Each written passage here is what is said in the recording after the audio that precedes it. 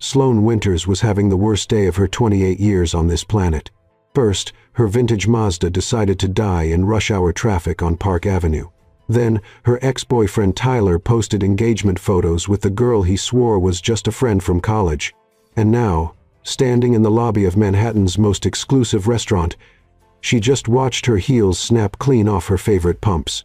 "Fantastic," she muttered, limping through the revolving door like a wounded flamingo. Just fantastic. The universe wasn't done with her yet. As Sloane hobbled across the marble floor, a waiter appeared out of nowhere, tray loaded with champagne flutes. She tried to dodge. He tried to stop. Physics had other plans. The collision sent champagne arcing through the air in slow motion, golden liquid catching the chandelier light as it splashed directly onto the back of a man's suit jacket. Time stopped. The man turned around slowly, and Sloane's stomach dropped to her broken shoes. She knew that face. Everyone in New York knew that face. It had been on the cover of Forbes 3 times this year alone. Garrett Ashford, billionaire real estate mogul, owner of half the skyscrapers in Manhattan, and according to page 6, a complete and utter nightmare who'd once sued a journalist for calling his building design derivative. His ice blue eyes locked onto Sloane with the warmth of a glacier in Antarctica. Sloane's voice came out as a squeak. "I am so sorry. I tripped, and the waiter. Do you know who this woman is?" A sharp voice cut through the restaurant's buzz. Sloane turned and felt her soul leave her body. Sitting at a massive table near the windows was her entire family, her mother looking mortified, her father, half standing, her sister Felicity with that judgy face she'd perfected in high school, Aunt Moira, Uncle Dennis, the cousin she hadn't seen since Thanksgiving, and worst of all, Grandma Iris, who'd spent the last 5 family dinners asking why Sloane wasn't married yet. Sloane Patricia Winters. Her mother stood up, her face matching her burgundy dress. "What have you done?" Every head in the restaurant swiveled toward them. Sloane saw phones coming out, camera apps opening. This was going to be all over social media in minutes. "Mom, I was coming to lunch, and Miss, I'm going to have to ask you to." A security guard appeared at her elbow. "Wait." Garrett Ashford's voice cut through the chaos like a knife through butter. Garrett Ashford's voice cut through the chaos like a knife through butter.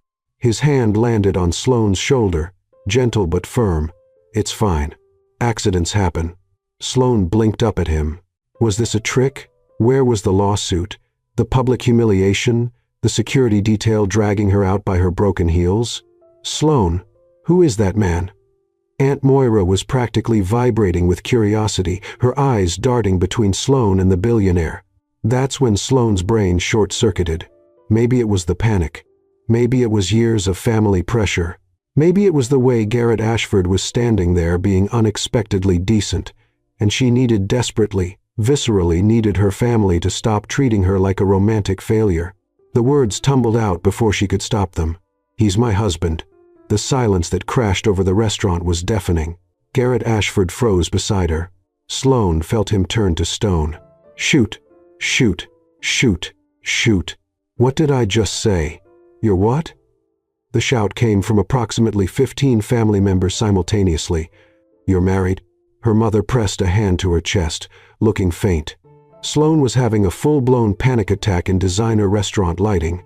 She'd just announced her marriage to the most powerful man in New York in front of 200 witnesses, with phones recording everything.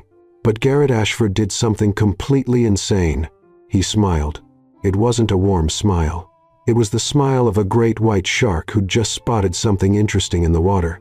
Surprise! Everyone. He slipped his arm around Sloane's waist, pulling her against him with practiced ease.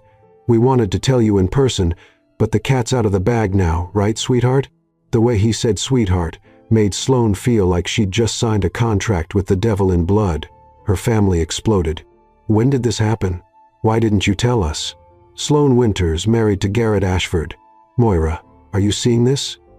Aunt Moira looked like she might faint. Garrett Ashford. The Garrett Ashford. "Actually," Garrett said smoothly, his grip on Sloane's waist tightening in warning. "She's Sloane Ashford now." He was making it worse. Sloane stared at him in pure horror. Garrett stared back with those ice blue eyes that clearly said, "You started this. Now deal with it. Come." Come. Her mother was waving frantically. Sit with us. We have so much to catch up on. We really should go, Sloane tried. We'd be delighted.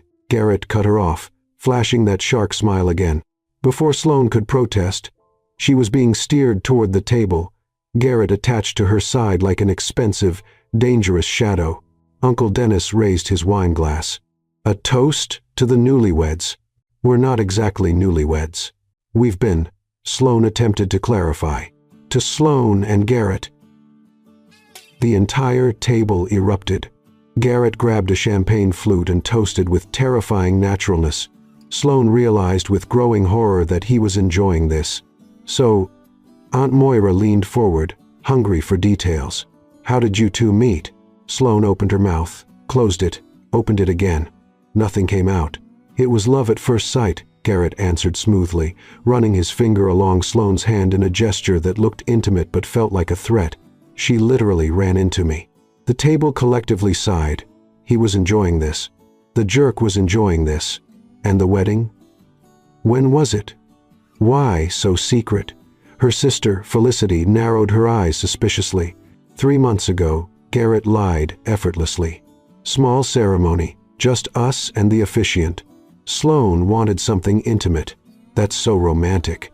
Cousin Peyton was practically in tears. Grandma Iris, however, wasn't buying it. Sloane, you never mentioned dating anyone. How'd you go from single to married so fast? Sloane felt sweat trickling down her spine. Well, it was very, when you know, Garrett interlaced his fingers with hers on the table. His fingers were cold as ice, but his smile could melt steel. I knew from the first second I saw her. Lies. Beautiful, convincing, dangerous lies. Garrett's phone buzzed. He glanced at it and his expression shifted into something even more predatory. Excuse me, family. He stood gracefully. I need to take this call. I'll be right back. He kissed the top of Sloane's head, a gesture that looked affectionate but felt like ownership. The second he walked away, the table exploded. Sloane. Garrett Ashford. How did you land him? Why didn't you tell us? Sloane was officially spiraling. Her life was imploding in real time, and it was all because of a broken heel and a moment of panic. She glanced over and saw Garrett on his phone across the room. He was laughing. No, worse. He was taking notes. He was planning something. When Garrett returned, he had an expression that Sloane could only describe as predatory satisfaction. Sloane, he placed his hand on her shoulder, squeezing slightly. We need to talk privately. That didn't sound good. Not good at all. Already? But you just got here, Aunt Moira protested. Business emergency. Garrett flashed his corporate smile. I'm sure you understand. He practically dragged Sloane toward the back hallway of the restaurant. The second they were alone, the smile vanished. What was that? His voice was low, controlled, and absolutely terrifying. Sloane backed against the wall. I panicked. My family was there. Everyone was staring. And you declared me your husband in front of 200 people with cameras recording. He ran his hand through his dark hair, clearly fighting not to yell. Do you have any idea what you just did? It was an accident. Accident doesn't work when you verbally marry someone. I'll tell them the truth. Sloane was already reaching for her phone. I'll say it was a mistake, that I freaked out, that. Garrett snatched the phone from her hand. Too late. He turned the phone toward her. The hashtag Garrett Ashford married was trending on Twitter. Photos of them in the restaurant. Videos. Analysis. Conspiracy theories. Sloane felt the floor disappear beneath her feet. My publicist just called. Garrett continued, his voice dangerously calm. The story's already hit Bloomberg and the Wall Street Journal. My board is freaking out. My mother is on a plane from the Hamptons. Congratulations, Sloane Winters. You just caused the biggest PR crisis Ashford Enterprises has faced in a decade. I'll tell the truth. Sloane was near tears. I'll tweet. I'll post a video. And destroy both of us in the process. Garrett crossed his arms. I look like an idiot who got catfished publicly. You look like a psycho who invented a marriage with a stranger. Your family is humiliated. My company loses credibility. Everyone loses. Then what do we do? Sloane wanted to scream. Garrett went silent for a long moment. Sloane could practically see his brain working, calculating, strategizing. Finally, he spoke. "We get married." Sloane blinked. "What? For real?" He looked her dead in the eye, and Sloane saw he was serious. "Temporarily, until the dust settles and we can divorce quietly." "You're insane." "Think of it as damage control." Garrett started pacing, clearly formulating a plan. "We confirm the story. Get married for real at City Hall tomorrow. Live together for a few months. Then amicable separation. No scandals, no lawsuits, no reputation destruction." Sloane stared at him like he'd sprouted a second head. "You want me to marry you because of a lie? You put me in this situation." He turned to face her, eyes cold. "Now you're going to help me get out of it my way. I'm not marrying a stranger. The alternative is publicly admitting you made it all up, destroying both our reputations, traumatizing your family, and probably costing me a 15% stock drop by Friday." He ticked them off on his fingers, methodical. "Your choice." Sloane wanted to say no, wanted to run screaming from this nightmare. But when she thought about her mother finding out the truth, about Grandma Iris's disappointment, about the headlines. "How long?" she asked, voice small. 6 months. Long enough to look real, short enough to justify separation, and then clean divorce.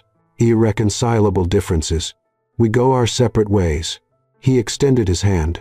"Do we have a deal?" Sloane looked at his hand. It was a nice hand, expensive, probably signed contracts worth millions. And now it was being offered to pull her out of the biggest hole she'd ever dug. She took a deep breath and shook it.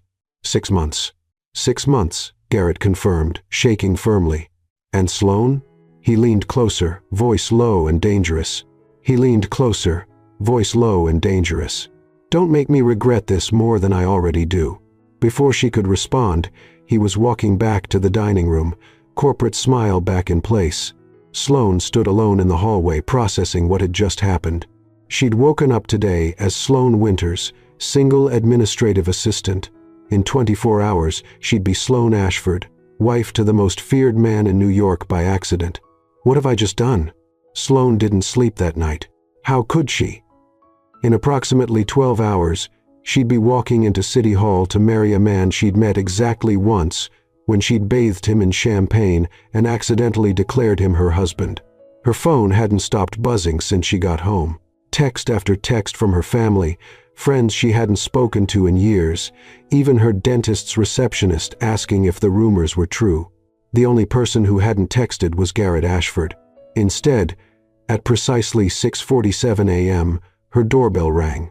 Sloane stumbled to the door in her pajamas, oversized NYU t-shirt and shorts with coffee stains, and peered through the peephole.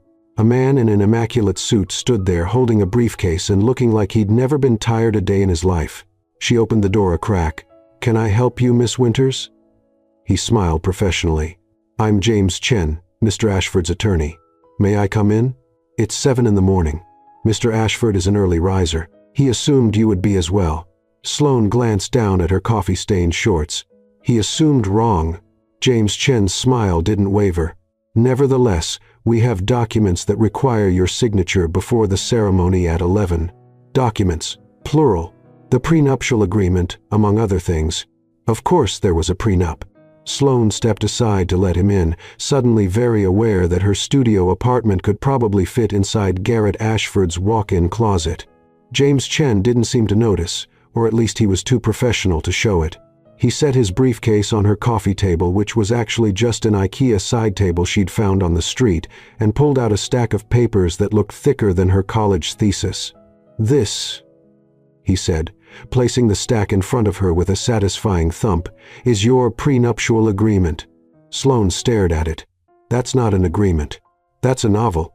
Mr. Ashford is very thorough, apparently."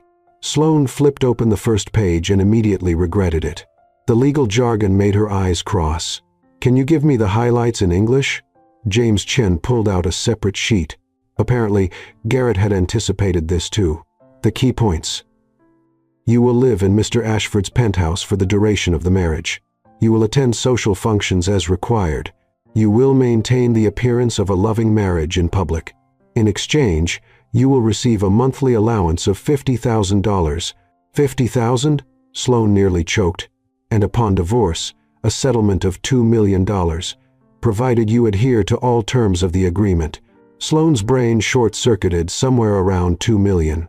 That was more money than she'd make in her entire lifetime as an administrative assistant. What's the catch? She asked suspiciously. James Chen flipped to another page. Mr. Ashford has outlined 73 rules for the duration of your marriage. 73? He's very thorough, James repeated, as if that explained everything. Sloane grabbed the rules list. Her eyes scanned down the page, growing wider with each line. Rule number 1. No unnecessary physical contact. Rule number 2. Separate bedrooms at all times. Rule number 3. No personal guests without prior approval. Rule number 4. Breakfast at 6:30 a.m. sharp. Rule number 5. No reality TV in common areas. Is he serious? Sloane looked up. He's micromanaging breakfast time. Mr. Ashford values structure. Mr. Ashford sounds like a robot. James Chen's professional mask cracked slightly. Was that a hint of a smile? You're not the first person to say that. Sloane kept reading. Rule number 23. No discussing the marriage arrangement with anyone outside approved parties. Rule number 31. All social media posts must be approved in advance. Rule number 47. No rearranging furniture. Rule number 52. No singing in the shower. No singing in the shower? Sloane threw the paper down. What kind of monster bans shower singing? Mr. Ashford is a light sleeper. Then maybe Mr. Ashford should invest in earplugs instead of trying to control every aspect of my life. James Chen calmly retrieved the paper. If you're having second thoughts. Sloane took a deep breath. She thought about the hashtags trending on Twitter, about her mother's excited voice on the phone last night, about having to admit this was all a massive lie. $2 million and 6 months of shower silence. She could do this. Where do I sign? 3 hours later, Sloane stood in front of City Hall wearing the only dress she owned that could be considered wedding appropriate. A simple cream-colored sheath dress she'd bought for her cousin's rehearsal dinner 2 years ago. Garrett Ashford stood beside her in a suit that probably cost more than her rent for the year, looking completely calm, like getting married to a stranger on a Wednesday morning was perfectly normal. You're late, he said without looking at her. I'm 2 minutes late. 2 minutes is late. Sloane bit her tongue. Rule number 1 of surviving the next 6 months. Don't murder your fake husband before the ink dries on the marriage certificate. Shall we? Garrett gestured toward the entrance. Inside, the ceremony was remarkably sterile. A clerk who looked like she'd rather be anywhere else rattled through the standard vows in a monotone that suggested she'd done this 17 times already today.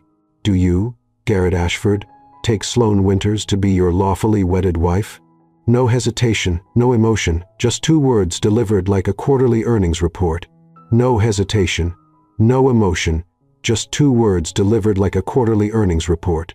Do you, Sloane Winters, take Garrett Ashford to be your lawfully wedded husband? Sloane looked at Garrett. He was staring straight ahead, jaw set, completely unreadable. This was insane. This was the most insane thing she'd ever done. By the power vested in me by the state of New York, I now pronounce you husband and wife. By the power vested in me by the state of New York, I now pronounce you husband and wife. You may kiss the bride. Sloane and Garrett both froze. They hadn't discussed this part. The clerk looked at them expectantly. Behind them, James Chen cleared his throat. Garrett turned to Sloane, and for the first time that morning, she saw something flicker in his ice-blue eyes. Panic. Resignation? She couldn't tell.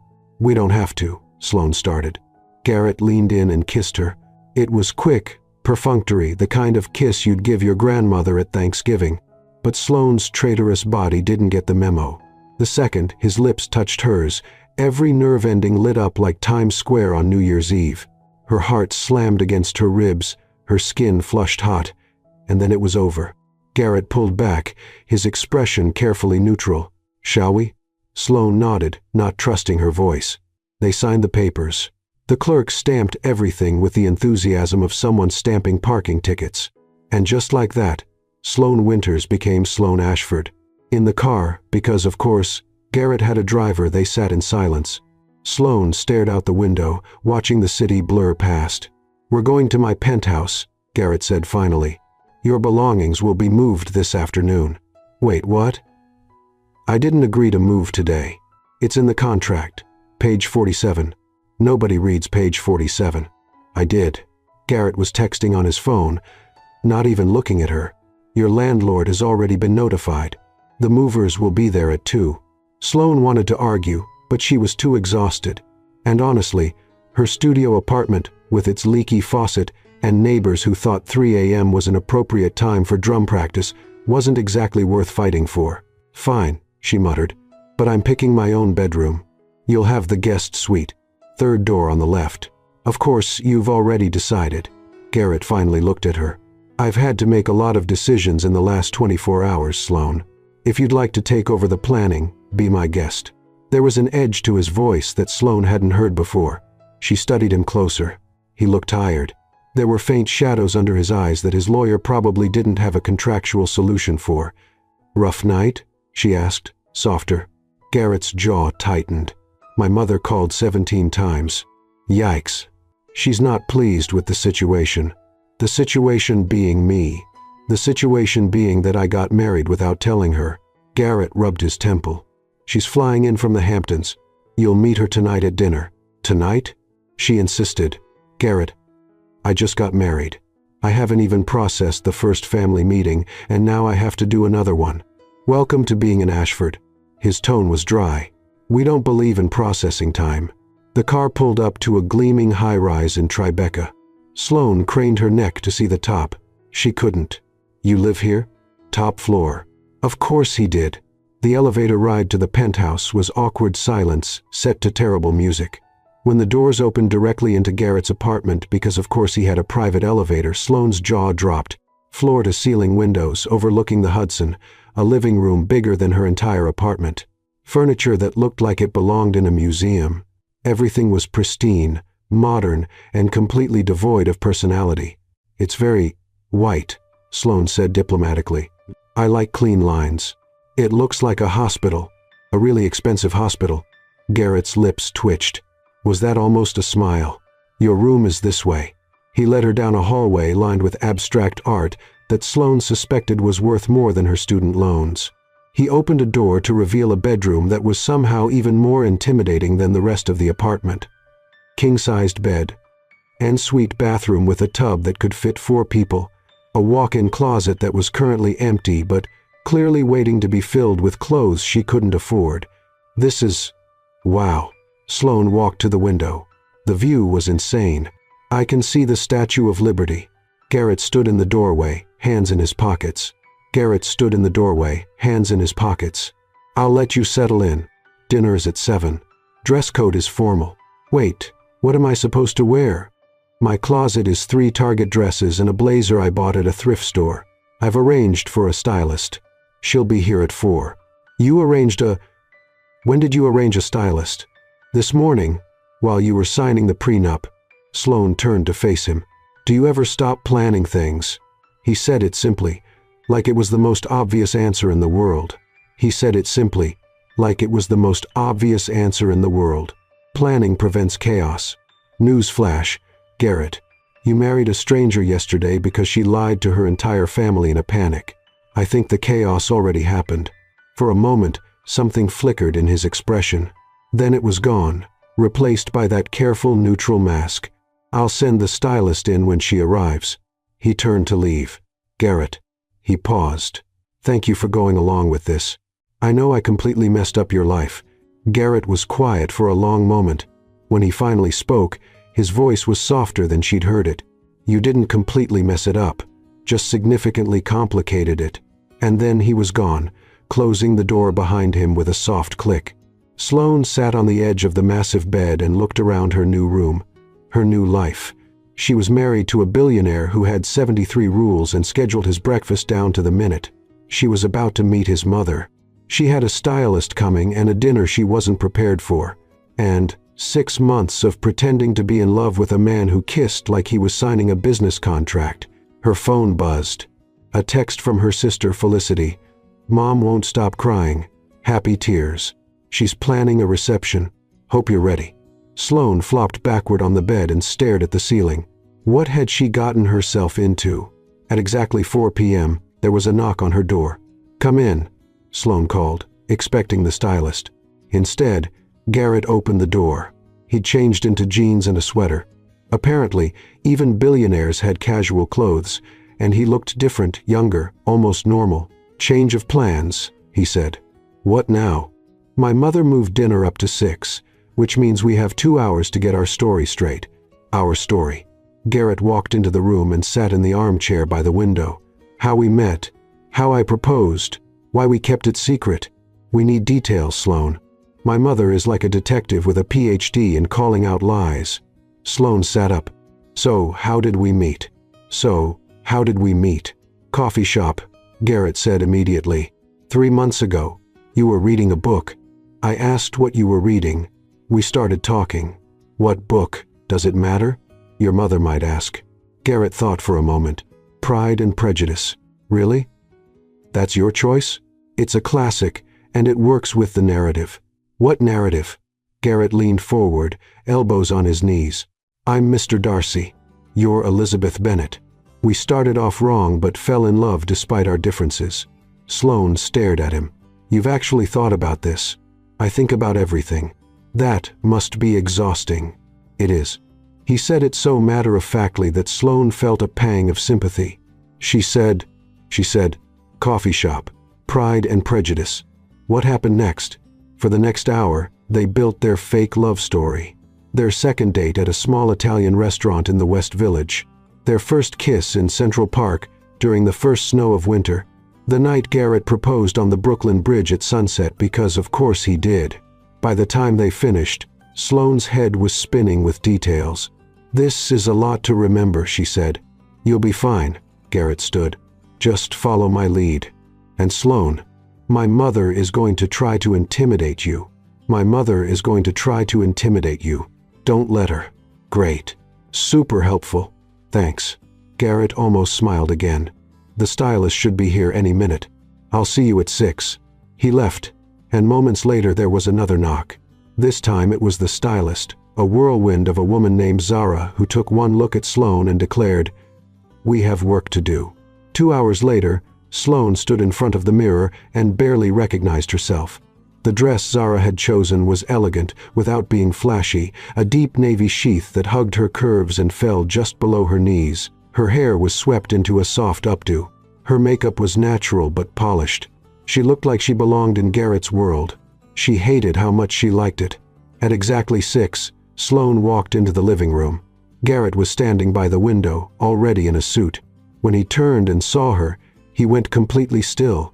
"Well," Sloane did an awkward twirl. "Will I pass inspection?" Garrett didn't answer right away. His eyes traveled over her, slow and deliberate, and Sloane felt heat creep up her neck. "You look," he cleared his throat. "Acceptable. Acceptable. Every girl's dream compliment. Every girl's dream compliment. I meant," he stopped himself. "You look nice. Better." The doorbell rang. The penthouse had a doorbell because of course it did, and Garrett's entire posture changed. His shoulders went rigid. His jaw set. He was nervous. Garrett Ashford, billionaire real estate mogul, was nervous about his mother. Sloane found that oddly endearing. "Ready?" he asked. "Not even a little bit." "Perfect. Let's go." Garrett opened the door, and Sloane came face to face with Vivian Ashford. "Garrett. Garrett." Vivian air-kissed both his cheeks. "My son," the surprise groom. "Mother." Garrett's voice was carefully neutral. "This is Sloane." Vivian turned those sharp eyes on Sloane, and Sloane felt like a bug under a microscope. "So," Vivian said, her smile not reaching her eyes, "you're the girl who trapped my son into marriage." And just like that, Sloane knew dinner was going to be a disaster.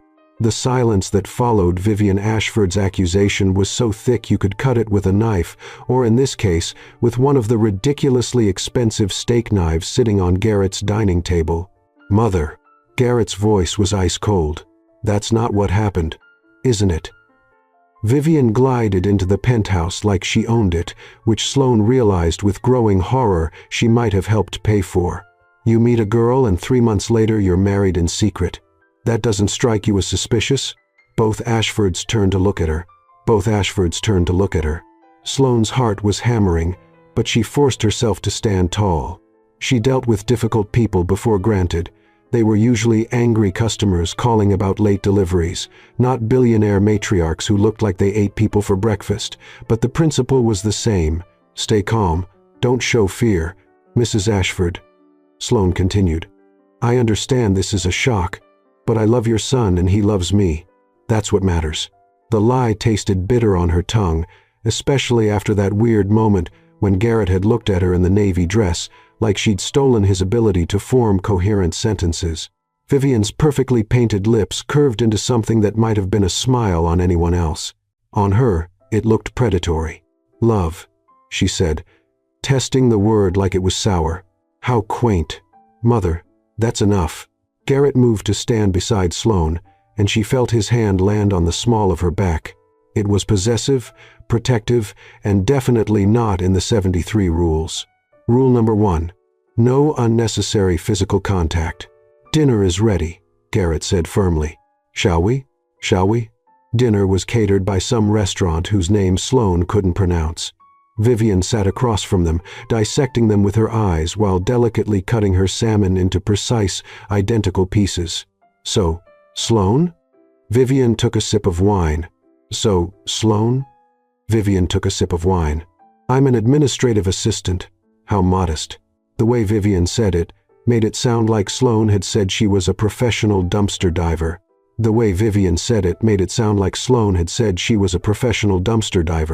Henderson and Associates. It's a marketing firm in Midtown. I'm not familiar with it. It's not a billion-dollar enterprise, if that's what you're asking, Sloane said sweetly. Garrett nearly choked on his water. Vivian's smile sharpened. I see you have spirit. That's good. You'll need it to survive in this family. Is that a threat? It's a fact. Vivian set down her fork with surgical precision. Tell me, Sloane. Have you ever attended a fundraiser where the ticket price was $50,000 per plate? No. But I once went to a potluck where someone brought store-bought cookies and pretended they were homemade. No. But I once went to a potluck where someone brought store-bought cookies and pretended they were homemade. Garrett made a sound that might have been a suppressed laugh. Vivian did not look amused. This isn't a joke, dear. It means knowing which fork to use at state dinners. It means being able to discuss art, politics, and philanthropy with people who can destroy your reputation with one phone call. Mother. Garrett's voice cut through the tension like a blade. Sloane doesn't need to be lectured. I'm simply ensuring she understands what she's gotten herself into. Not to you. Not to your expectations. To me. Sloane looked at Garrett in surprise. There was an edge to his voice she hadn't heard before, something almost protective. Vivian studied her son like he was a particularly interesting specimen. You've changed. Not you. You're always so controlled, so measured, and yet you married this girl in secret without telling your own mother. Vivian turned her sharp gaze back to Sloane. What's your secret, dear? What spell did you cast on my son? What's your secret, dear? What spell did you cast on my son? I spilled champagne on him and lied to my entire family, Sloane said flatly. It was very romantic. Then Garrett started laughing, not a polite chuckle, a real, genuine laugh that seemed to surprise him as much as it surprised Sloane and Vivian. I'm sorry, Garrett said, trying to compose himself. Vivian looked between them like they'd both lost their minds. You're telling me you met when she spilled champagne on you?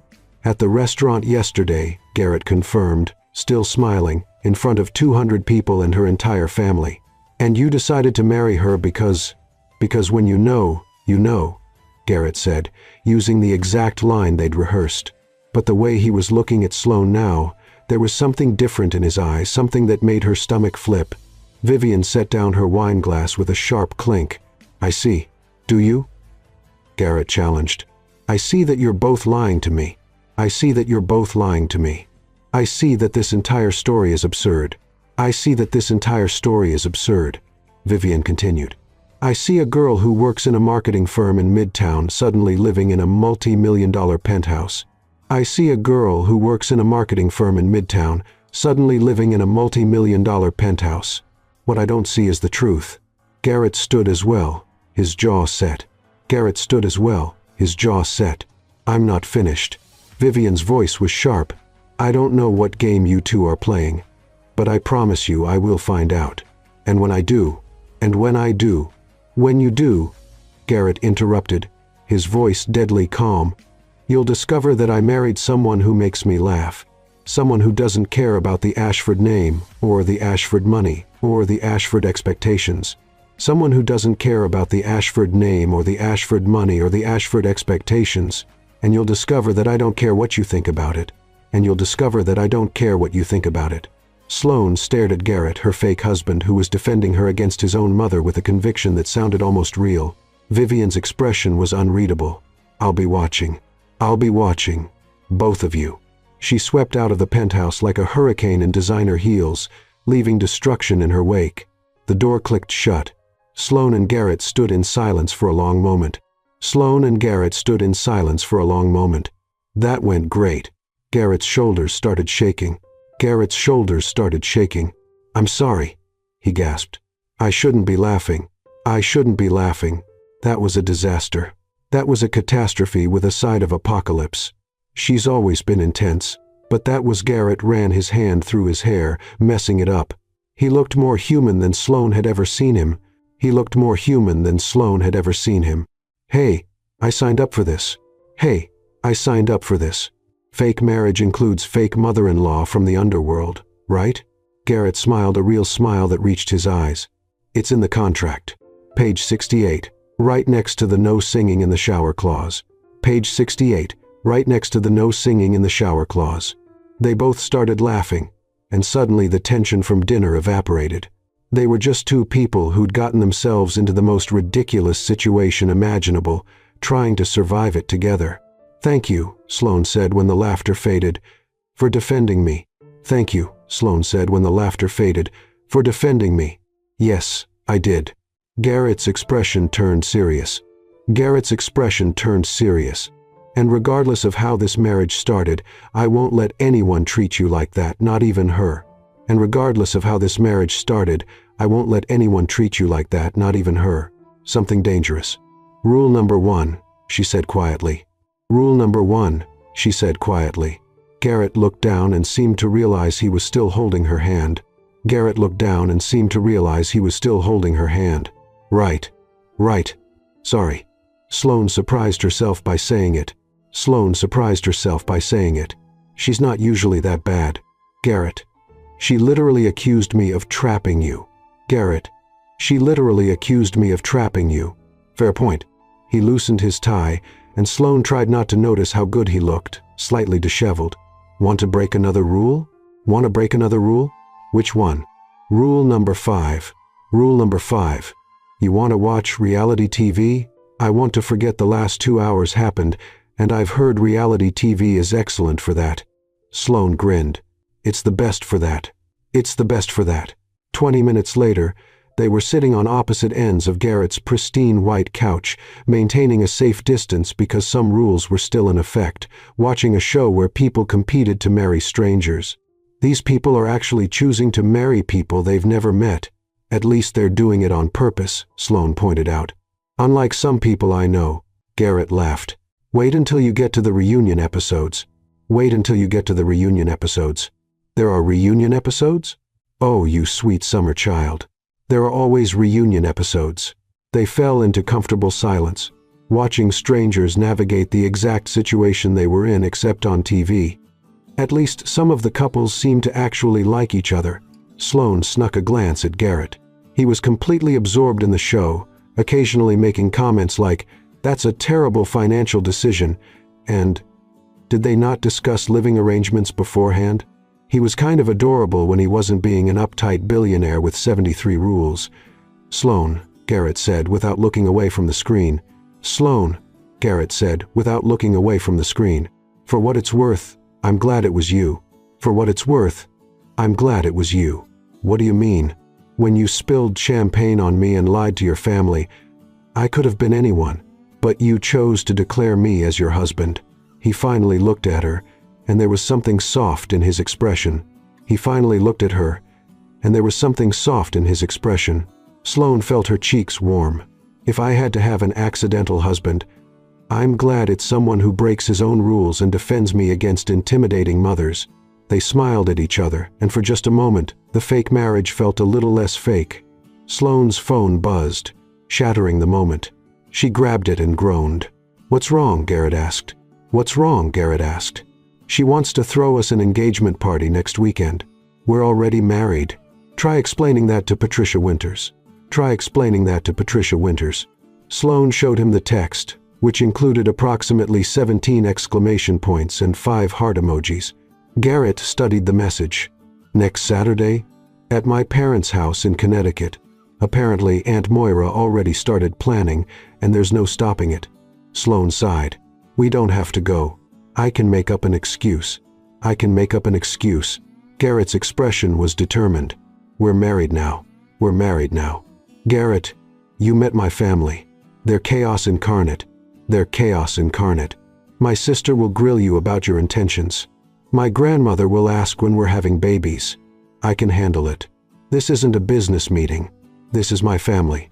They're loud and nosy, and they'll probably serve questionable casseroles." "Sloane." Garrett turned to face her fully. "I defended you against my mother tonight. I think I can survive casseroles and questions about babies." Sloane bit her lip. "You're really sure about this?" "I'm sure." He pulled out his phone. "I'll have my assistant clear my schedule. You're going to schedule my family's chaotic engagement party? I schedule everything. Remember? It's how I prevent chaos. Newsflash. My family is chaos.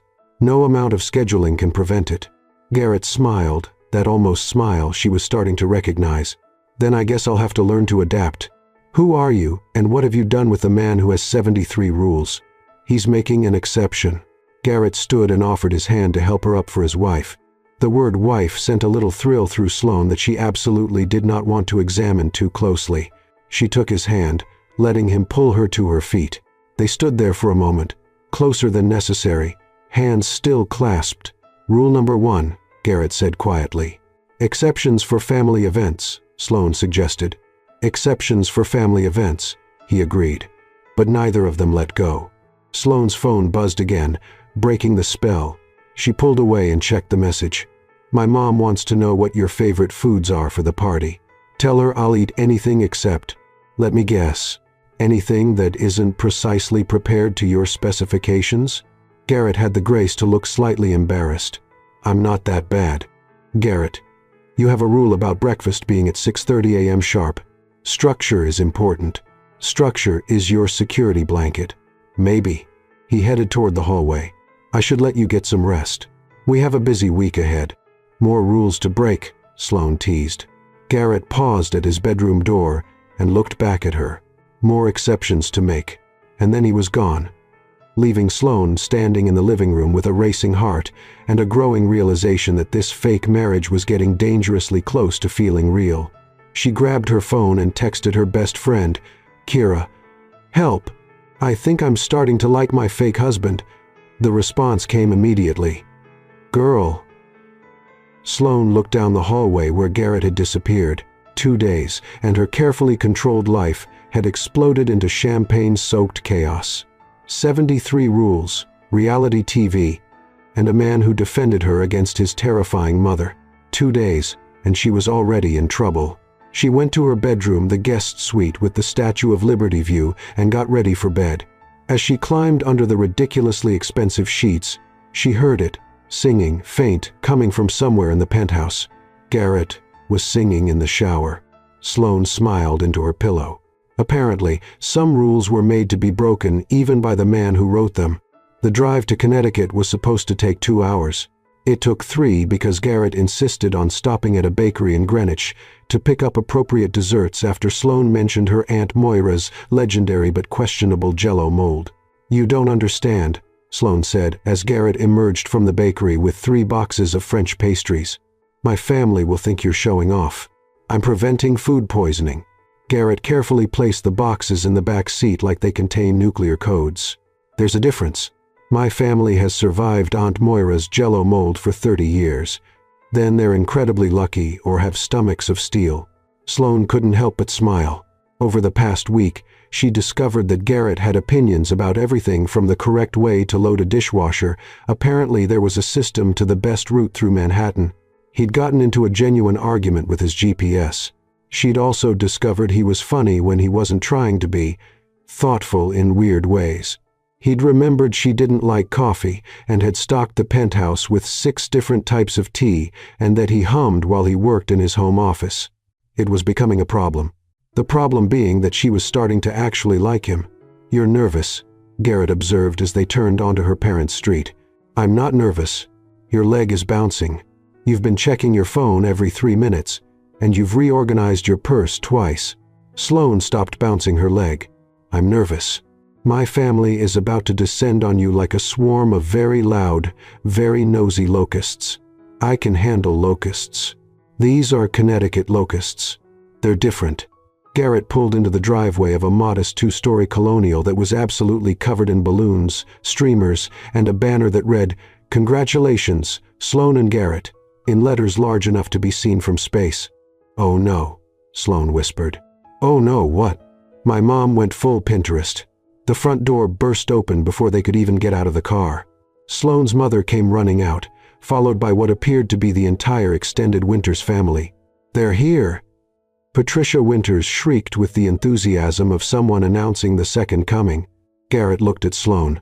Too late to run? Way too late. The next 10 minutes were a blur of hugs, introductions, and Garrett being passed around like a particularly expensive show-and-tell item. "So, you're the billionaire?" Uncle Dennis clapped Garrett on the back hard enough to make him stumble. "Good for you, Sloane. Marrying up." "Dennis." Aunt Moira swatted his arm. "You can't just say that." "Why not? It's true. The girl's living in a penthouse now."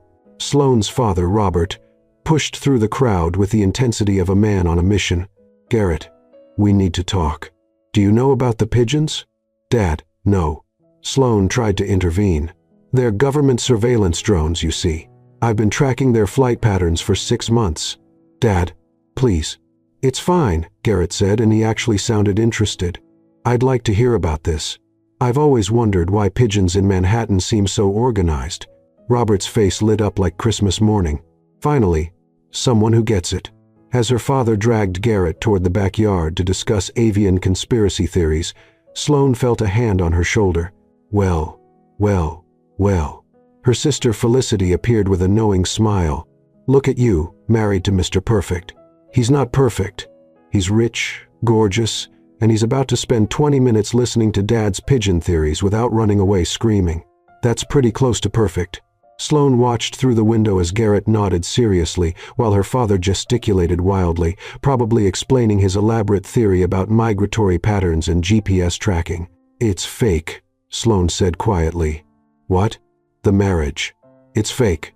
The words tumbled out before Sloane could stop them. She'd been holding this secret for a week, and it was killing her.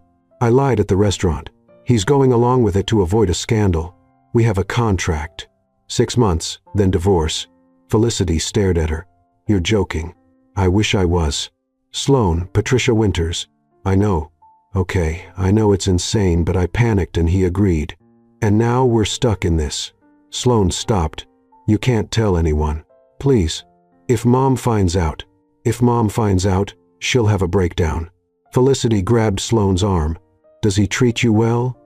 Is he safe? Do I need to murder him?" "What?" "No, he's actually really nice. He defended me against his terrifying mother. He watches reality TV with me.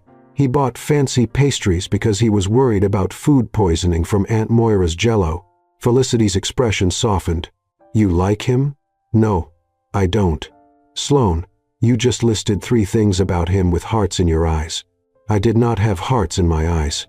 "You totally did." Felicity smiled. "Maybe this fake marriage isn't as fake as you think." Before Sloane could respond, Grandma Iris appeared with the stealth of a ninja despite being 76 and wearing heels. "Sloane, there you are. She pulled Sloane into a hug that smelled like lavender and subtle judgment. "We need to discuss the babies." "Grandma, we've been married for a week." "Exactly. You're not getting any younger, dear. My friend Muriel's granddaughter is already on baby number 2, and she's younger than you. I'm 28. Tick-tock." Grandma Iris made an actual ticking sound with her tongue. "That handsome husband of yours has good genes, tall, strong jawline, excellent hair. You should start trying immediately." "Grandma, I'm just saying I'd like to meet my great-grandchildren before I die. You're in perfect health. Still." Tick-tock. Sloane was rescued by her mother announcing that lunch was ready. The family migrated toward the backyard, where tables were set up with enough food to feed a small army. And there, in all its jiggly glory, sat Aunt Moira's legendary Jell-O mold. It was bright green, had mysterious chunks floating in it, and appeared to be wiggling independently. Garrett materialized at Sloane's elbow. "Is that the Jell-O?" "That's the Jell-O. It's moving. It does that." "Should it do that?" "Probably not." Garrett's hand found the small of her back, that protective gesture that was becoming familiar. "We're eating the pastries." "Agreed." Lunch was chaos. Beautiful, loud, overwhelming chaos. Uncle Dennis told inappropriate jokes. Aunt Moira pressed second helpings on everyone. Cousin Peyton asked Garrett approximately 70 questions about being rich. "Is your shower made of gold? Do you have a butler? Have you ever bought a yacht on a whim?" Through it all, Garrett was perfect. He laughed at Uncle Dennis's jokes, even the inappropriate ones. He complimented Aunt Moira's cooking while carefully avoiding the Jell-O. He answered Peyton's questions with patience and humor.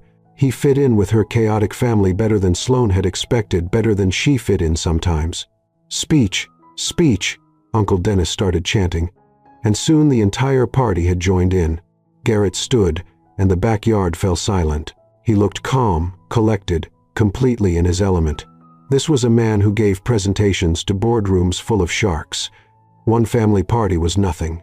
"Thank you all for this incredible celebration," Garrett began. "I know Sloane and I surprised everyone with our quick wedding. We surprised ourselves, honestly." Polite laughter rippled through the crowd. "But from the moment I met your daughter..." Garrett looked at Patricia. "Your sister." He nodded to Felicity. "Your granddaughter." He smiled at Grandma Iris. "I knew she was special. She's kind, funny, and keeps me from taking myself too seriously." Sloane felt her cheeks burning. "She spilled champagne on me, lied to all of you, and somehow convinced me that marrying her was a good idea." More laughter. "And you know what? It was. Because Sloane makes every day an adventure. She challenges me. She makes me laugh. She makes me want to be better than the uptight, overscheduled person I was before I met her." The backyard was completely silent now. Sloane could hear her heart hammering. "So, thank you," Garrett continued, "for welcoming me into your family, and for raising someone so extraordinary that she was worth breaking all my rules for." He raised his glass. "To family, to chaos, and to Sloane." "To Sloane," the entire party echoed. Sloane stood on shaky legs and walked over to Garrett. She was supposed to kiss him, that's what you did after a speech like that. But when she reached him and saw the look in his eyes, she forgot this was supposed to be fake. She kissed him. Not a quick peck, not a performative kiss for the audience, a real kiss. His lips were soft and warm, and he tasted like the champagne they'd been drinking. His hand came up to cup her face, and for a moment the entire backyard disappeared. There was only Garrett, only this, only the feeling of coming home. When they pulled apart, the backyard erupted in cheers and applause, but Sloane barely heard it. She was too busy staring at Garrett, who was looking at her like he'd just figured out the answer to a very complicated equation. "Good speech," she managed. "Good kiss," he replied, voice rough. They were saved from further conversation by Grandma Iris, demanding photos. The next hour was a blur of pictures with the family, with the Jell-O mold which Aunt Moira insisted on including, cutting the cake, which was actually the French pastries Garrett had brought, artfully arranged. As the sun started to set, Sloane escaped to her mother's garden for a moment of peace. She found Garrett already there, sitting on the bench under the oak tree where she used to read as a kid. "Hey," she said softly. He patted the space beside him. "Your family is exhausting. Told you. I like them, though. They're real. Loud and chaotic, but real. Sloane sat down, leaving a careful few inches between them. That speech you gave, I meant it. She looked at him sharply. What? I meant it, Garrett repeated. The part about you being special, about you making me laugh, about you making me want to be better. He turned to face her fully. This was supposed to be fake, a business arrangement to avoid a scandal. It still is, Sloane said. But her voice wavered. Is it? Garrett reached out and tucked a strand of hair behind her ear. Because somewhere between the champagne incident and your grandmother asking about babies, I stopped pretending. Sloane's breath caught. Garrett, you make me forget about the rules, he continued. You make me sing in the shower even though I banned it. You make me watch reality TV and eat on the couch and laugh at terrible jokes. You make me feel like maybe I don't have to have everything planned and controlled. That's called chaos. Sloane whispered. That's everything you hate. That's everything I thought I hated. He moved closer. Turns out I just needed the right person to make chaos feel like home. We have a contract. 6 months. Then we walk away. We could renegotiate. Sloane's heart was racing. What are you saying? I'm saying that kiss wasn't fake. At least not for me. His thumb traced her jawline. Was it fake for you? Sloane should say yes, should stick to the plan, should protect herself from the inevitable heartbreak when this all fell apart. But she'd never been good at doing what she should. No, she admitted. It wasn't fake. Garrett smiled, that real smile that transformed his entire face. This is a terrible idea, Sloane said even as she leaned closer. Probably we're going to mess everything up. Most likely. You have 73 rules. Screw the rules. And then he was kissing her again. And this time there was no audience. No performance. No contract. Just them. Just this. Just the feeling of everything falling into place. When they finally pulled apart, both breathless, Garrett rested his forehead against hers. We should probably go back, he murmured, before your family sends a search party. Probably. Sloane didn't move. Garrett? I'm scared. Me too. What if this doesn't work? What if we mess up the arrangement and hurt each other? Garrett pulled back to look at her. Then we deal with it together. No more fake marriage. No more contract. Just us figuring it out. What about the 6 months? What about them? He stood and offered his hand. We have 6 months guaranteed together. Let's make them real. Sloane looked at his outstretched hand. This was it, the moment she decided if she was brave enough to turn a fake marriage into something real. She took his hand. Garrett pulled her up and into his arms, spinning her around like they were in a movie. Sloane laughed, the sound echoing through the garden. When he set her down, they were both grinning like idiots. My family is going to be insufferable about this, Sloane said. Your grandmother is going to increase the baby pressure. Oh, definitely. She'll probably start showing up with pregnancy tests. Garrett laughed. We'll deal with it together. Together, Sloane echoed. They walked back to the party hand in hand. And this time when they touched, it wasn't for show. It was real. As they rounded the corner of the house, they nearly collided with Felicity, who was clearly eavesdropping. Finally, Felicity shouted, I thought you two would never figure it out. You were listening? Sloane gasped. Of course I was listening. I'm your sister. Felicity grabbed them both in a hug. I'm so happy for you, even if this whole thing started as a ridiculous lie. Felicity, don't worry. Your secret's safe with me. But seriously, Sloane, only you could accidentally marry a billionaire and then actually fall in love with him. I didn't say I was in love. Felicity gave her a look. Okay, fine. Maybe I'm a little in love. Garrett squeezed her hand. Just a little. Don't push your luck, Ashford. They rejoined the party, and if anyone noticed, they were holding hands differently now, less carefully, more naturally. No one said anything except Grandma Iris, who cornered them by the dessert table. I see the way you two are looking at each other now, she said with a knowing smile. That's the real thing. I can always tell. Grandma, you've got about 8 months before you should start trying for babies. Get your bodies ready. Eat your vegetables. Take your vitamins. She patted Garrett's arm.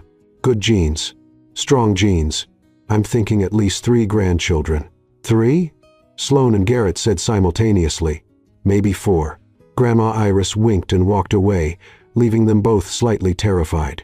Your grandmother is intense, Garrett said. Welcome to the family. I'm already in the family. Have been for a week. Yeah, but now it's real. Sloane looked up at him. Still sure about this? Garrett kissed her forehead. Never been more sure of anything. As the party continued around them, Sloane realized something. She'd started this whole mess trying to avoid her family's judgment about being single. And somehow, accidentally, she'd found something real with a man who scheduled his breakfast and had 73 rules, a man who was currently helping Aunt Moira carry the Jell-O mold inside. Brave soul. A man who'd somehow become her husband, her friend, and now something more. Life was weird, but as Garrett caught her eye across the yard and smiled, that real smile reserved just for her, Sloane decided weird was pretty wonderful. Sloane woke up Monday morning to the smell of coffee and the sound of Garrett cursing in the kitchen. She shuffled out of her bedroom. Their bedrooms were still separate because some boundaries took time to renegotiate, and found him standing over the coffee maker with the intensity of someone defusing a bomb. "I thought you were a tea person," Garrett said without turning around. "I am, but you drink coffee, so I thought." He gestured helplessly at the machine, which was making concerning gurgling sounds. "I don't know how to work this thing." Sloane's heart did a little flip. He was trying to make her coffee. Never mind that she didn't drink coffee, he was trying. "Step aside, Ashford. Let me show you how it's done." 5 minutes later, they were sitting at the breakfast bar with proper beverages, tea for Sloane, coffee for Garrett that she'd made correctly. "I have meetings all day," Garrett said, checking his phone. "But I'll be home by 7. We could order dinner, try that Thai place you mentioned." Look at you being spontaneous. Not scheduling dinner 3 days in advance. "I'm learning." He smiled over his coffee cup. "You're a terrible influence. The worst." Garrett reached across and took her hand. Even after the weekend, the gesture still felt new, exciting, a little scary. "I have to tell you something," he said, and his tone made Sloane's stomach drop. "That sounds ominous." "It's not bad, just complicated." Garrett set down his coffee. "I need to tell my mother about us being real now." Sloane groaned. "Do we have to? She's already suspicious. If she finds out from someone else, she'll make our lives miserable." "More miserable," Garrett corrected. "I'm having lunch with her today. I'll tell her then. Good luck. I'll start planning your funeral." "That's encouraging. I'm a realist." Sloane squeezed his hand. "But seriously, be careful. Your mom is scary." "I know." Garrett stood and kissed her forehead, a gesture that was becoming routine and still made her melt. "I'll text you after. Bring body armor." After Garrett left for work, Sloane got ready and headed to her own job. Henderson and Associates was a small marketing firm in Midtown, and she'd been an administrative assistant there for 3 years. Walking into the office felt surreal. A week ago, she was regular Sloane Winters, whose biggest problem was a broken heel and an annoying ex. Now she was Sloane Ashford, accidental wife to a billionaire, trending on social media and living in a penthouse. There she is. Her coworker Brianna practically tackled her at the elevator. "The mystery bride. Girl, you have been holding out on us. It happened fast." "Fast?" "You went from single to married to Garrett Ashford in 3 months. That's not fast, that's warp speed."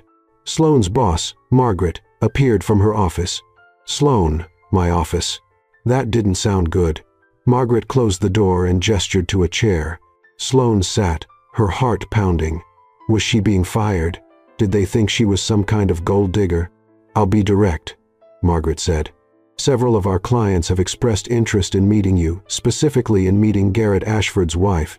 One client wants to discuss having Mr. Ashford invest in their startup. Another wants an introduction for their daughter's charity gala."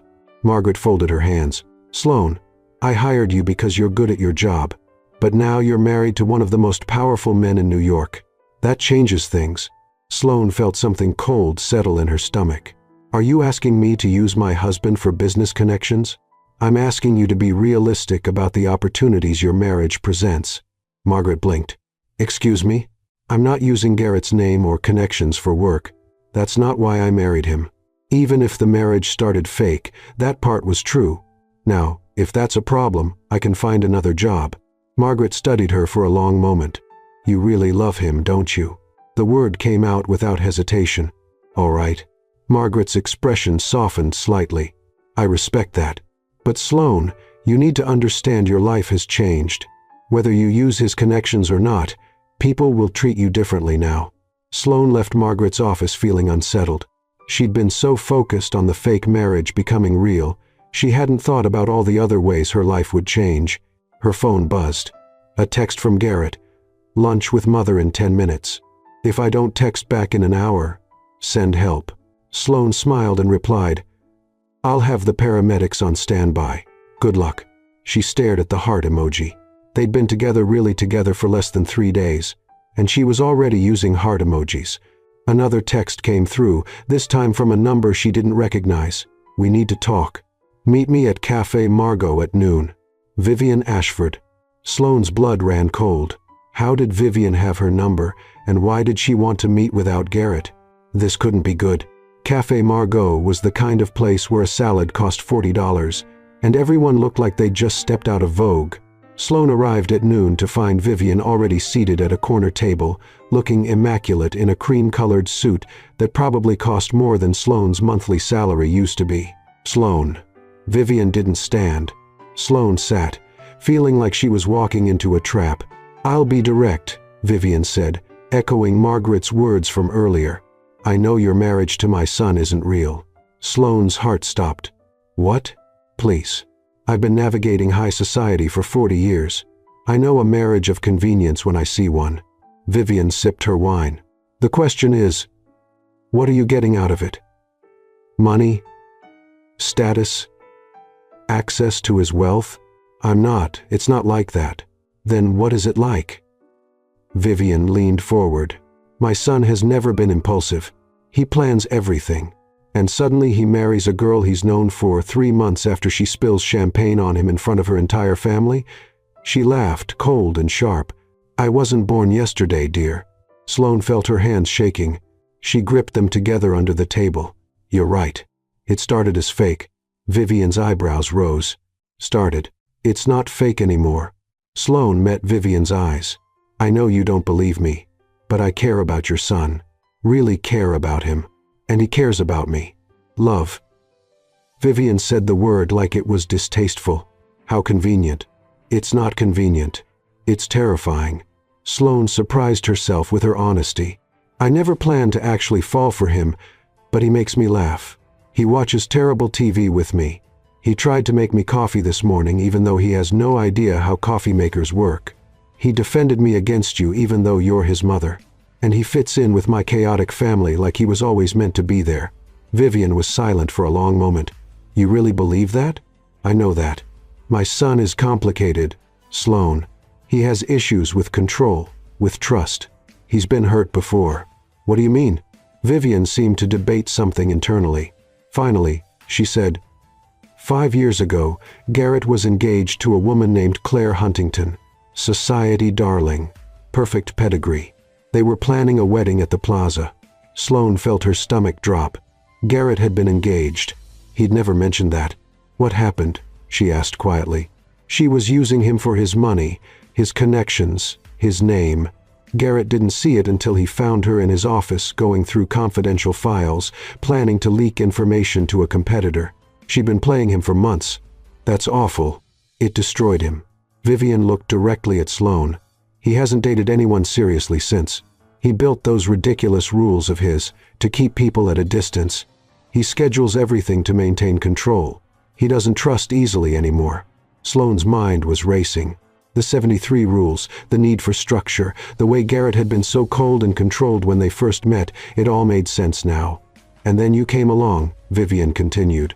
"Chaotic, unpredictable, breaking every single one of his rules. Can you understand why I'm concerned? You think I'm like Claire? I think you're dangerous. Maybe more dangerous than Claire ever was, because Claire couldn't make my son smile. She couldn't make him break his own rules. She couldn't make him sing in the shower." Vivian's lips twitched slightly. "Yes, I heard about that." Sloane didn't know what to say. "So here's what's going to happen," Vivian said. "I'm going to watch you closely. And if I find out you're using my son, if you hurt him in any way, I will destroy you. Am I clear?" "Crystal." Vivian stood. "Lunch is on me." "And Sloane? For what it's worth, I hope I'm wrong about you. My son deserves to be happy. He hasn't been." Not in a very long time. She paused. Maybe you can change that. Then she swept out of the cafe, leaving Sloane sitting alone with her thoughts and a $40 salad she hadn't touched.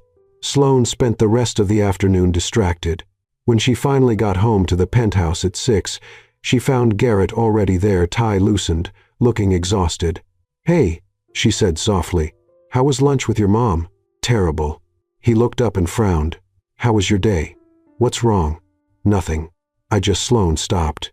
"Your mom called me. We had lunch." Garrett's expression darkened. "She what?" "She wanted to meet. She told me about Claire." All the color drained from Garrett's face. He stood abruptly and walked to the window, his back to her. "Garrett, I was going to tell you," he said, voice tight. I didn't know how." Sloane walked over and stood beside him. "Why didn't you mention you'd been engaged?" "Because it was the worst mistake of my life." Garrett's jaw was clenched. "I thought I knew her, thought I loved her. Turns out I was just a means to an end. I'm not Claire. I know that." He finally looked at her. "If I thought you were anything like her, I never would have agreed to this marriage, fake or otherwise." "Then why didn't you tell me?" "Because I'm an idiot who thought he could keep his past and his present separate." Garrett ran his hand through his hair. "Because those rules I wrote, they weren't just about maintaining control. They were about protecting myself from ever being that vulnerable again. And then I came along and broke all of them." A ghost of a smile crossed his face. "You did." Sloane took his hand. "I'm not going to hurt you. You don't know that. Nobody knows that." "You're right. I don't know that." Sloane squeezed his hand. "But I know I don't want to. I know that when I see you trying to figure out the coffee maker, my heart does weird things. I know that watching you with my family made me realize how much I want you in my life. I know that this stopped being fake for me the moment you defended me against your mother." Garrett's thumb traced circles on her palm. "When did it stop being fake for you? Really?" Sloane thought about it. "The reality TV, when you sat on the couch and got genuinely invested in whether Brad and Ashley were going to make it." He laughed, a real laugh that broke the tension. "They were terrible together. They were. But you cared. You, Garrett Ashford, master of control and schedules, cared about reality TV drama. You make me care about stupid things." He pulled her closer. "You make me care about everything. Is that a bad thing?" "It's terrifying." He cupped her face. "But I'm starting to think terrifying is good. At least with you." Sloane stood on her tiptoes and kissed him, soft, gentle. A promise. When they pulled apart, Garrett rested his forehead against hers. "I need to show you something," he said quietly. He led her to his home office, a room she'd never been in before. Inside, on the wall behind his desk, was a framed document. Sloane stepped closer and read it. Garrett Ashford's Rules for Life. But below the title, someone Garrett had written in red marker, "Revised Edition." And below that, one single new rule. Rule number 1. Let Sloane break all the other rules. Sloane felt tears prick her eyes. "When did you do this?" "Last night. After Connecticut. After you fell asleep." Garrett wrapped his arms around her from behind. "I realized something. I spent 5 years building walls to protect myself, and then you knocked them all down in a week. I'm sorry." "Don't be." He turned her to face him. "I needed them knocked down. I was just too scared to do it myself. And now? Now I'm still scared, but I'm more scared of losing you than I am of getting hurt." Sloane kissed him again, deeper this time, and it felt like sealing a promise. They'd started this as a lie, a fake marriage to avoid embarrassment. But somehow, accidentally, they'd stumbled into something real. Garrett's phone buzzed. He groaned and checked it. "Work crisis. I need to handle this. I'll order Thai food." "You remembered." "I remember everything you tell me, Garrett. That's kind of how caring about someone works." He kissed her forehead. "I'll be quick." While Garrett dealt with his work crisis, Sloane ordered dinner and changed into comfortable clothes. When she emerged from her bedroom, she found Garrett on the phone, pacing in his office. "I don't care what the board says. We're not selling," he was saying, his voice sharp. "That building has historic significance. No, I won't reconsider because some things matter more than profit." He hung up and immediately threw his phone on the couch. "Everything okay?" Sloane asked. "The board wants to sell one of our older buildings, tear it down and build luxury condos." Garrett slumped on the couch. But it's a landmark. It has character. It matters. Sloane sat beside him. Then don't sell. It's not that simple. The board has power. You're Garrett Ashford. You have more power. Sloane poked his shoulder. Fight for what matters. When did you become so wise? I married a billionaire by accident. I'm basically a life coach now. Garrett laughed and pulled her close. What would I do without you? Eat breakfast at exactly 6:30 a.m. and never sing in the shower. Sounds terrible. It does. They ate Thai food on the couch while watching more reality TV. Garrett got invested in the drama again. Sloane took a picture of him yelling at the screen and sent it to Felicity with the caption, "I've created a monster." Later, as they cleaned up, Garrett said, "Move in with me." Sloane paused. "I already live here." "No, I mean really move in. Not guest bedroom. Not separate spaces." He set down the dishes. "Share my room. Share my life. All of it." "Garrett, we've been really together for 3 days. We've been married for 2 weeks. We've been living together for a week, and I haven't wanted to be apart from you for a single moment." He took her hands. "I know it's fast. I know it's crazy. But when have we ever done anything the conventional way?"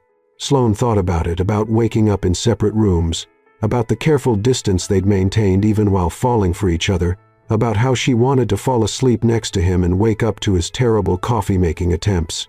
"Okay," she said. "Okay. Let's be crazy. Let's do this properly." She grinned. "But I'm warning you, I steal blankets. I'll buy more blankets. And I talk in my sleep. I'll listen. And sometimes I wake up at 2 a.m. and want snacks. I'll stock the kitchen." Sloane laughed and kissed him. "You're ridiculous. I'm in love with you." The words hung in the air between them.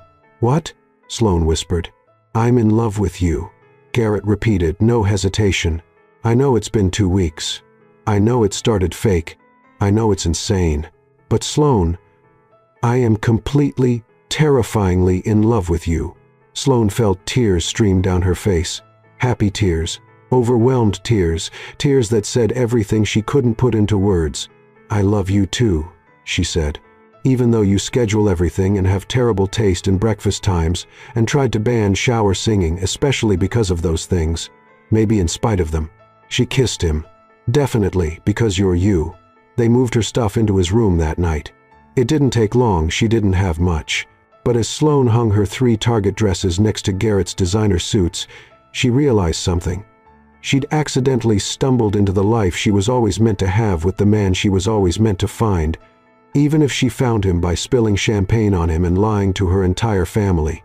Some accidents, she decided, were the best things that ever happened. 6 months later, Sloane woke up to Garrett kissing her neck and the smell of, "Wait, was that bacon? Did you cook breakfast?" she mumbled, still half asleep. "I ordered breakfast," Garrett corrected, pulling back to look at her. "I'm not a miracle worker. Smart man. I'm learning." He brushed hair from her face. "Happy 6-month anniversary." Sloane's eyes flew open. 6 months, the contract deadline. The day they were supposed to sign divorce papers and go their separate ways. Garrett must have seen her expression change because he sat up, his smile fading. "Hey, talk to me." "The contract," Sloane said quietly. "It's been 6 months. I know. We're supposed to." She couldn't finish the sentence. "Sloane." Garrett took her hand. "Look at me." She did. His ice blue eyes were warm now, soft in the morning light, streaming through their bedroom window. Their bedroom, not his, not the guest room, theirs. "Do you want a divorce?" he asked simply. "Do you?" He laughed, the tension breaking. "I've been terrified all week that you'd bring up the contract and tell me you wanted out." "Are you kidding?" "I've been terrified you'd want out." They stared at each other for a moment, then both started laughing. "We're idiots," Sloane said. "Complete idiots." Garrett pulled her into his arms. "We fell in love and forgot about the contract. In our defense, we've been busy." It was true. The past 6 months had been a whirlwind. Sloane had quit her job at Henderson and Associates after Margaret kept pressuring her to use Garrett's connections. Instead, she'd started her own small event planning business, something she'd always wanted to do but never had the courage to try. Garrett had fought his board and won, saving the historic building. He'd also started delegating more, working from home twice a week just to spend time with Sloane. They'd hosted Thanksgiving at the penthouse, Christmas with Sloane's family in Connecticut, where Grandma Iris had given them a gift basket full of prenatal vitamins for when you're ready. New Year's in the Hamptons with Vivian, who had slowly, very slowly, started to warm up to Sloane. And somewhere in all of that, they'd fallen completely, irrevocably in love. So, Garrett said, trailing kisses down her jaw, if we're not getting divorced, we should probably do something about that contract. Agreed. I'll have James draw up new papers. A real marriage. No expiration date. No 73 rules. Well, Garrett grinned, maybe a few rules like mandatory tea in bed on Saturdays. I drink tea. Tea in bed on Saturdays. Better. Sloane kissed him. And mandatory reality TV on Sundays. Anything else? Mandatory shower singing. Absolutely not. It's in the contract or I'm out. Garrett laughed and rolled her beneath him. Fine, but only because I love you. I love you too. They were interrupted by Garrett's phone ringing. He groaned and reached for it. It's my mother, he said, surprised. At 8 in the morning, he answered. Mother? Is everything what? When is she? Relief flooded his face. That's wonderful. Yes. We'll come right over. He hung up and turned to Sloane with the biggest smile she'd ever seen on him. What happened? My Aunt Patricia had her baby, a girl. Everyone's healthy. That's amazing. My mother wants us at the hospital. She said. Garrett paused, looking almost emotional. She said she wants Sloane to meet the newest Ashford. Sloane felt tears prick her eyes. 6 months ago, Vivian had threatened to destroy her. Now she was inviting her to meet family. We should get dressed, Sloane said. Shower first. Only if you sing. Garrett groaned but pulled her toward the bathroom. And yes, he sang terribly, loudly, while Sloane laughed so hard she nearly slipped. It was perfect. At the hospital, they found Vivian in the waiting room, looking unusually soft. When she saw them, she actually smiled. Garrett, Sloane. She hugged Garrett, then shockingly hugged Sloane too. Patricia and the baby are doing wonderfully. They're letting family in soon. How are you holding it together? Garrett asked. You're a great aunt now. I'm not that old, Vivian said primly, but her eyes were sparkling. Sloane's phone buzzed. A text from Felicity. Emergency. Family group chat. Check now. Sloane opened the family group chat and her jaw dropped. Her sister had posted a photo of a positive pregnancy test with the caption, Surprise! Baby Winter's coming November. The chat was exploding with congratulations, crying emojis, and Grandma Iris typing in all caps, I knew it. The Winters, women are fertile.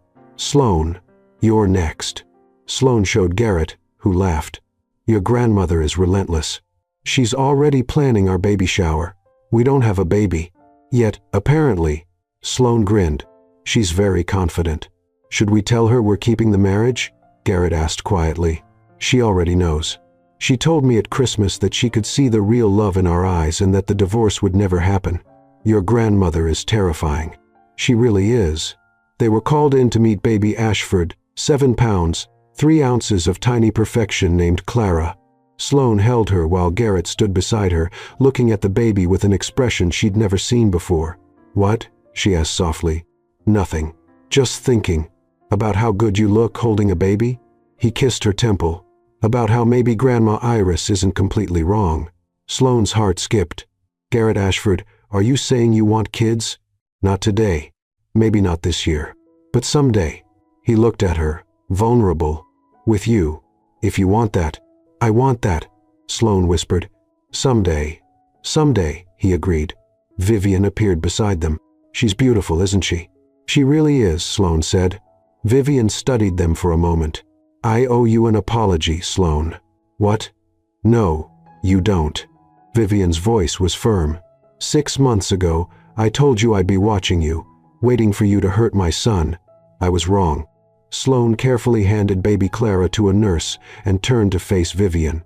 You were protecting him. I understand that. Maybe. But I've watched you these past months, the way you make him laugh. The way he's become more human, less robotic. The way he actually leaves work early to spend time with you. Vivian's lips curved into a real smile. You've been good for him better than I ever imagined. He's been good for me too. I can see that." Vivian reached out and squeezed Sloane's hand. "Welcome to the family. Really, this time." Sloane felt tears threatening. "Thank you."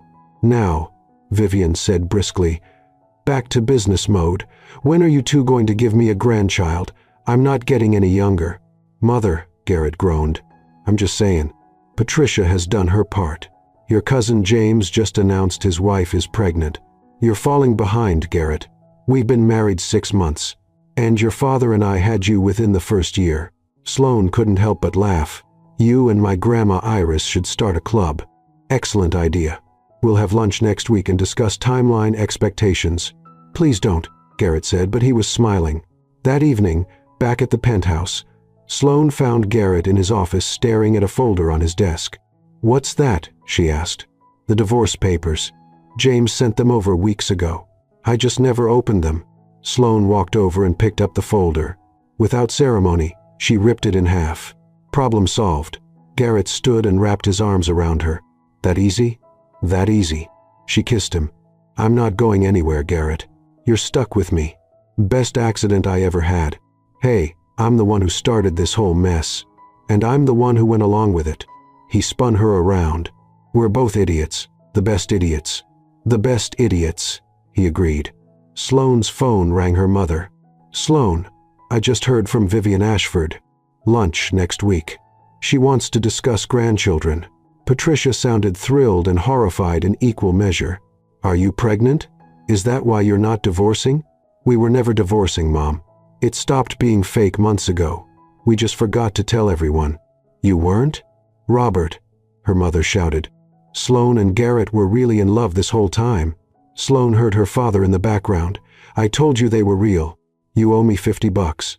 You bet on our marriage?" "Everyone did, honey." Grandma Iris cleaned up. She bet it would last forever. Sloane couldn't decide if she was mortified or impressed. After hanging up with her mother and promising to come to Connecticut for Felicity's baby shower, Sloane found Garrett had ordered dinner Thai food, her favorite, and set up their reality TV show. "You know what?" she said, curling up next to him on the couch. 6 months ago, if someone told me I'd be married to a billionaire who watches reality TV and tries to make me coffee, I would have laughed. If someone told me I'd be married to a woman who breaks all my rules and makes me forget to schedule things, I would have had them evaluated. And yet, here we are. "Here we are," Garrett echoed, pulling her closer. They watched TV in comfortable silence for a while. Then Garrett said, "I have something for you." He pulled out a small box, and Sloane's heart stopped. "Garrett, it's not what you think." "Well, it is, but also it isn't." He opened the box to reveal a simple, beautiful diamond ring. "When we got married at City Hall, it was fake. We didn't have rings. We didn't have a real ceremony. We didn't have anything except a lie and a contract." "Garrett, let me finish." He took the ring out. "Sloane Winters. Sorry, Sloane Ashford. I know we're already married, but I want to do this right. I want to ask you properly." He got down on one knee, and Sloane felt tears streaming down her face. "Will you marry me for real this time? No contract, no expiration date, just us forever?" "Yes," Sloane sobbed. "Yes." "You ridiculous, wonderful man." He slipped the ring on her finger, and it fit perfectly because of course it did. Garrett scheduled everything. "How long have you been planning this?" she asked through tears. 3 months. "I wanted to wait until the 6-month mark passed to prove to both of us that this was real." "It's real," Sloane confirmed. "It's been real since Connecticut. Maybe even before that. Definitely before that." Garrett stood and pulled her into his arms. "I think it became real the moment you spilled champagne on me and turned my life upside down. Best spill ever. Best lie ever. Best accident ever." "The best," Garrett agreed and kissed her. 3 months later, Sloane stood in her childhood bedroom in Connecticut, surrounded by her mother, sister, Aunt Moira, and surprisingly Vivian Ashford. "Stop fidgeting," Felicity said, adjusting Sloane's veil. "You look perfect. I'm nervous. What if I trip? What if I say the wrong thing? What if you just enjoy marrying the love of your life?" Vivian interrupted, and Sloane turned to see her almost mother-in-law smiling. Again, This time it counts, though. Last time counted too, Vivian said softly. You just didn't know it yet. Patricia dabbed at her eyes. My baby girl getting married again. Properly this time. Mom, don't cry. You'll make me cry. Too late. Felicity was already tearing up. Pregnancy hormones. There was a knock on the door, and Grandma Iris poked her head in. It's time. And Sloane, you look beautiful. That baby you're going to make with that handsome husband is going to be gorgeous. Grandma, we're not. Tick-tock. She disappeared down the hallway. Vivian laughed. I like her. She says what everyone's thinking. Please don't encourage her, Sloane begged. Too late. We're having lunch next week to discuss nursery colors. Sloane looked at Felicity helplessly. Her sister just grinned. Welcome to the family business, making babies and driving Sloane crazy. The ceremony was in her parents' backyard, the same place they'd had the engagement party 6 months ago. But this time, everything was different. This time, when Sloane walked down the makeshift aisle between rows of white chairs and under an arch covered in flowers, Garrett wasn't waiting out of obligation. He was waiting because he wanted to be there. And when she reached him, she saw tears in his eyes. You're crying, she whispered. Shut up, he whispered back, smiling. You look incredible. The ceremony was officiated by Judge Morrison, the same woman who'd married them at City Hall 9 months ago. We meet again, she said with a knowing smile. Though I suspect this time might be more intentional. Much more intentional, Garrett confirmed, his eyes never leaving Sloane. Judge Morrison smiled. Then let's do this right. Garrett, your vows. Garrett took Sloane's hands, and she could feel them shaking slightly. Sloane, he began. 9 months ago you spilled champagne on me and declared me your husband in front of 200 people. It was the most chaotic, unexpected, ridiculous moment of my life. Laughter rippled through the crowd. I'm a man who plans everything, who schedules everything, who tries to control everything. And you came into my life and broke every single rule I'd ever made. You made me watch reality TV. You made me eat Thai food on the couch. You made me sing in the shower.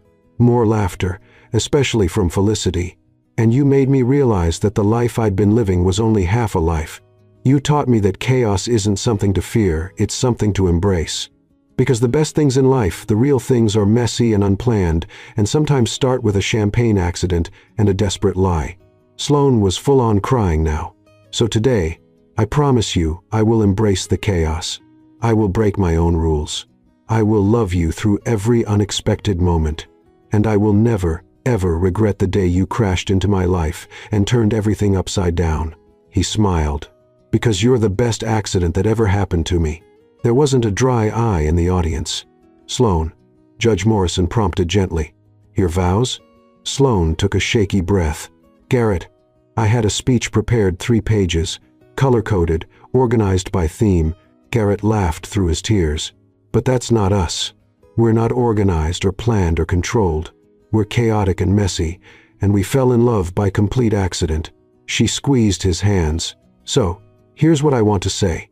Thank you for going along with my ridiculous lie. Thank you for defending me against your terrifying mother. Hey, Vivian called out, but she was smiling.